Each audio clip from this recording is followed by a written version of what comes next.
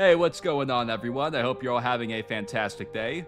As some of you know, I really enjoy covering the deep mysteries of Bethesda games. But this video is actually inspired by the series I did about who the client might have been for each of Nazir's Dark Brotherhood contracts I did a very long time ago. Many of Skyrim's mysteries are big lore dives, but there's also lots of more down-to-earth ones that I've neglected recently. So what we're going to do in this video is cover 5 of these more practical mysteries as a package deal.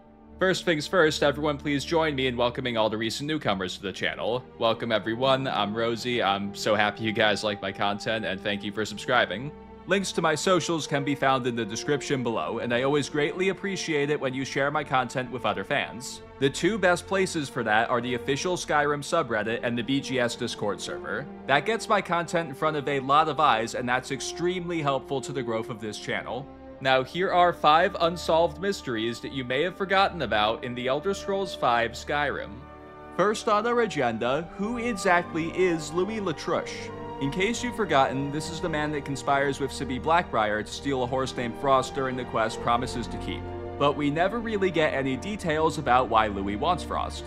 We don't know where he's from, what he does for a living, or who he is at all really.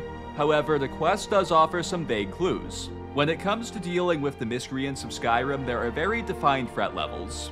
Crossing Maven Black-Briar means death or worse. But there's also people like the occasional shoplifter that no one's really afraid of, but you watch out for. So which one is Letrush? Well, listen to how Sibby delivers this line. Still, I don't want to cross Letrush.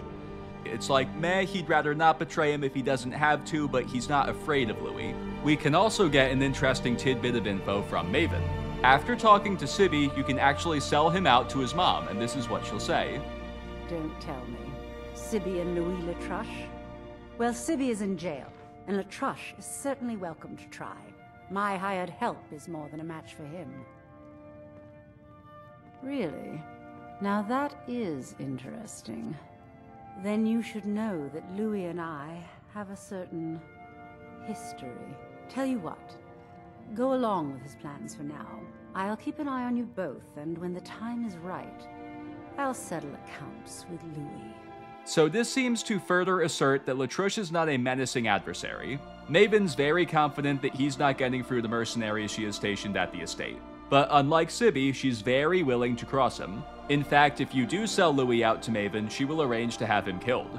So what exactly are this man's ties to the Black-Briar family, why doesn't Sibby want to cross him, and why does he want Frost? Well, there is a possibility here that can satisfy all these questions. The Black-Briar family is led by their matriarch Maven, and she has 3 children, Hemming, Sibby, and Ingen. However, throughout the whole game, there's never even a mention of a Mr. Black-Briar. So, perhaps Louis Letrush is Maven's ex, and he is the father of her children. I want to draw your attention to this line again. Whichever dev wrote this chose to write it very curiously. She doesn't drop it casually like, yeah, we got history. She says, Louis and I have a certain ... history. There's an ominous veiled meaning here, and when Bethesda does this, that hidden meaning is often something unexpected, something that's not obvious. Now let's take a close look at the Black-Briar children to see if Louis could conceivably be their dad. Gotta say, he looks about right. If anything, he looks a little bit young for Maven, but from my experience playing Elder Scrolls games, I would say that the devs do make an effort to design characters with an implication that Bretons tend to age better than Nords do. And the idea behind that may be that this is the case because Bretons have some elven heritage. So with that in mind, Louis seems about the right age to have dated Maven. This theory can also explain why Sibby doesn't want to betray Letrush, that's his dad. Sibby's already done some serious damage to his relationship with his mom, which he may not be able to repair, so he doesn't want to lose his dad as well. It's also very fitting that Maven does not share that sentiment. She's totally willing to kill Louis, but why? Perhaps because their relationship ended badly, so he's dead to her anyway. Lastly, what does Louis want with Frost?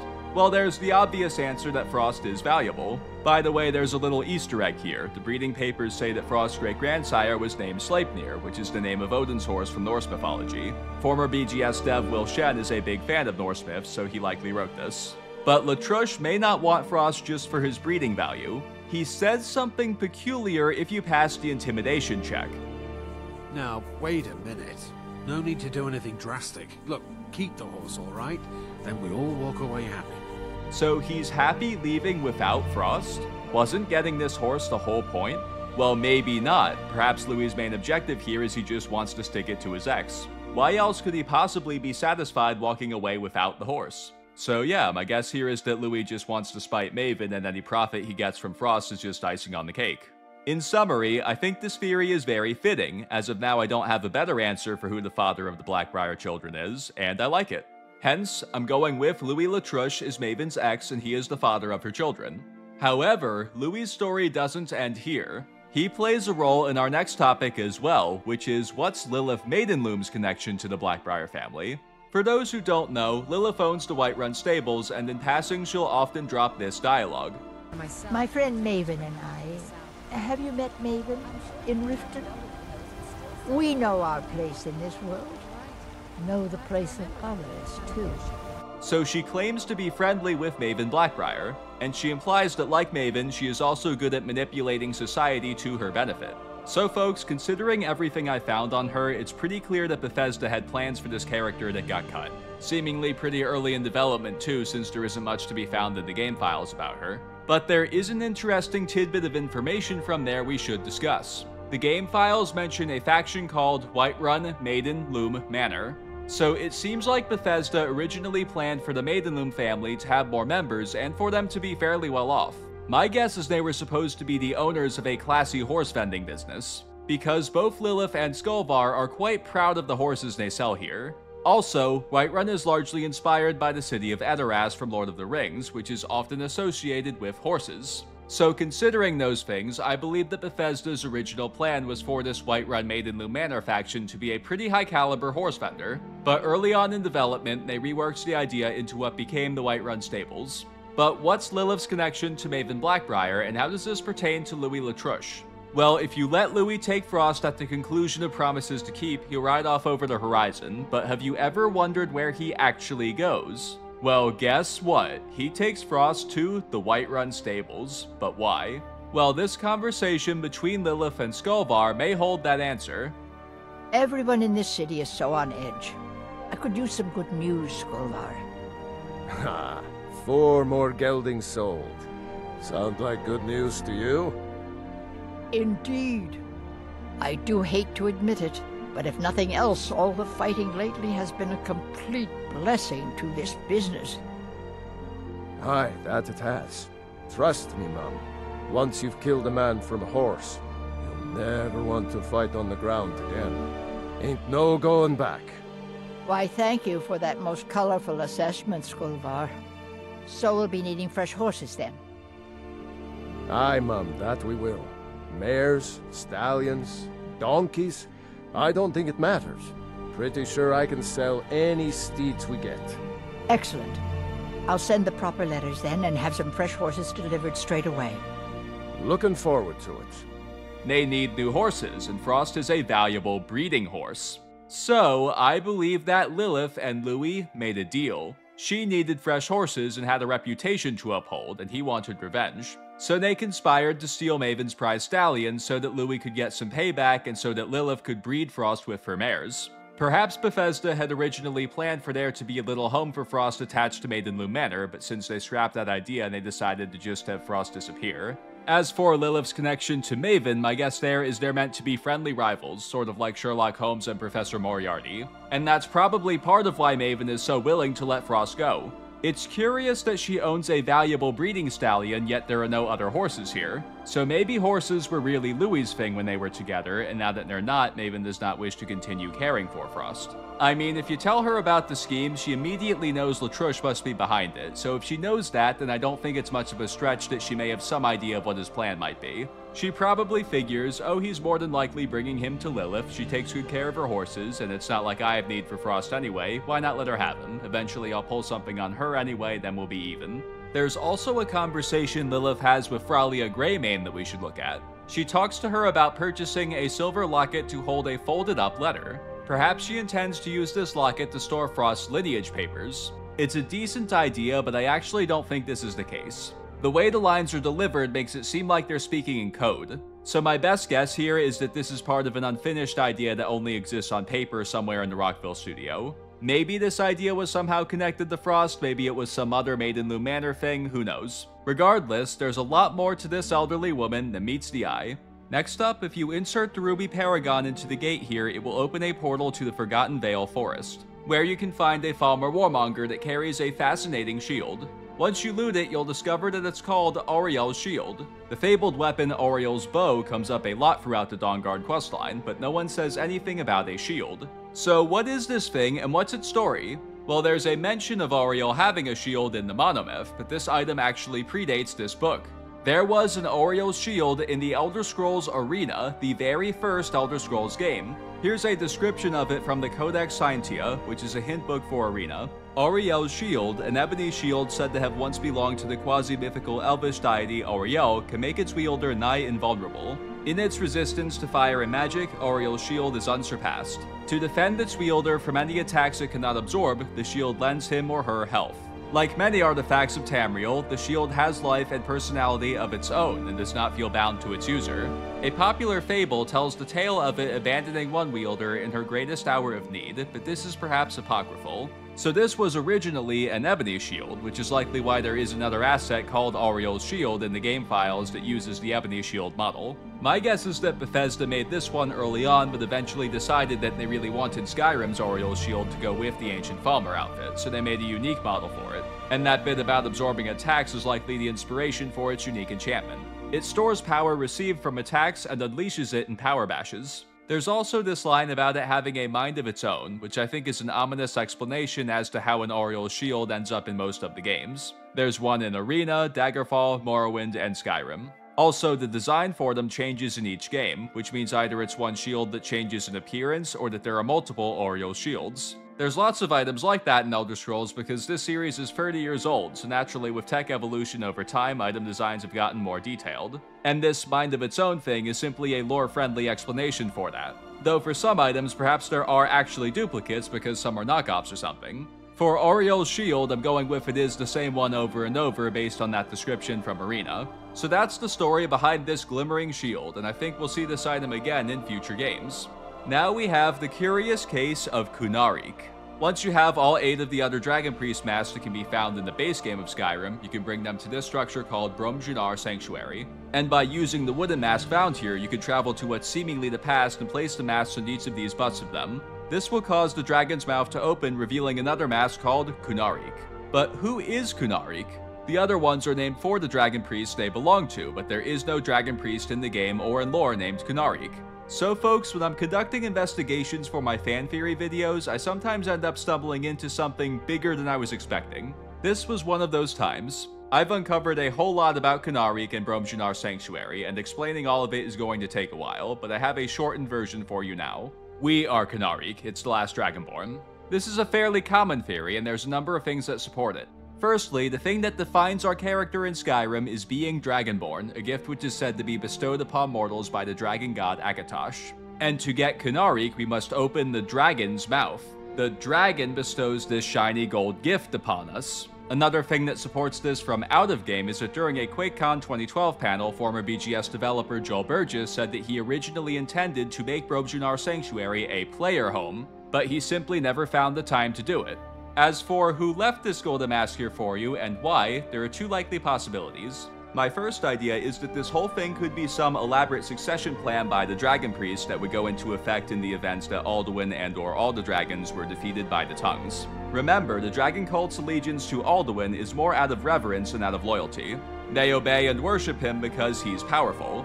Hence, if they ever came up with a succession plan, it would likely be some sort of test to see who the most powerful candidate was. And what better way to do that than to make it so one has to defeat the other candidates in order to claim the golden crown, Konahrik. Also, the fact that Konahrik means warlord suits this theory very well, because that's a fitting title for someone who rules with power. But why wouldn't lordship simply fall to the next most powerful dragon? Perhaps the priests figured that if the Tongues beat Alduin, then it's safe to assume that they can beat all the dragons, and that they intend to do just that. So in that situation, there may not be another dragon to lead the cult. But there's a bigger issue. Why put the cults at a further disadvantage against the Tongues by having one priest kill the others when they need powerful fighters more than ever? Well, remember, they eventually all became undead, so maybe the defeated priest would simply end up being revived anyway, making it so there were no losses. But even if we're on the right track so far, why wasn't this succession plan ever enacted? Probably because Alduin was never actually defeated, just sent forward in time. So the plan changed to preserving the cult as undead until their master returned. However, I do have another theory for you. Maybe Shalador made Konahrik for us. The lore surrounding him goes hand in hand with these ruins, but how would he have known of the last Dragonborn's coming thousands of years before in our lifetime? And how would he have made this elaborate sequence without actually having the masks in his possession to synchronize with their respective bust? Well, there's a lesser-known fact about Shalador that can explain both those things. He actually had some capacity to see into the future. We know this because of the contents of his insights. Some of these paragraphs are excerpts from books that weren't written until long after his lifetime, so Shalador could see into the future at least to a limited extent. So he may have foreseen that the last Dragonborn would eventually show up here and perhaps some other things about their adventures throughout Skyrim as well. And he also could have used this power to see enough things about the masks and their properties to make this sequence without actually needing them in his possession. But why would Shalador test us like this? Why force us to go find all the other masks to get Konahrik? Well, firstly, it's not out of character for Shalador to test people. After all, the Labyrinth is a test, and he established the College of Winterhold, a school to hone and test one's ability to use magic. But perhaps in this case, he is testing the last Dragonborn for something specific. Maybe he's preparing us for our battle with Miraak. I mean, what better way to train for a fight with the most powerful dragon priest ever than practicing with other ones? However, Miraak is a DLC character, so how could we be sure that Bethesda had even conceived the idea of Miraak this far in advance? Well, we can't be sure, but I do believe that they had ideas for DLC going into Skyrim's initial release. I hope to do a video about these original ideas for DLC eventually.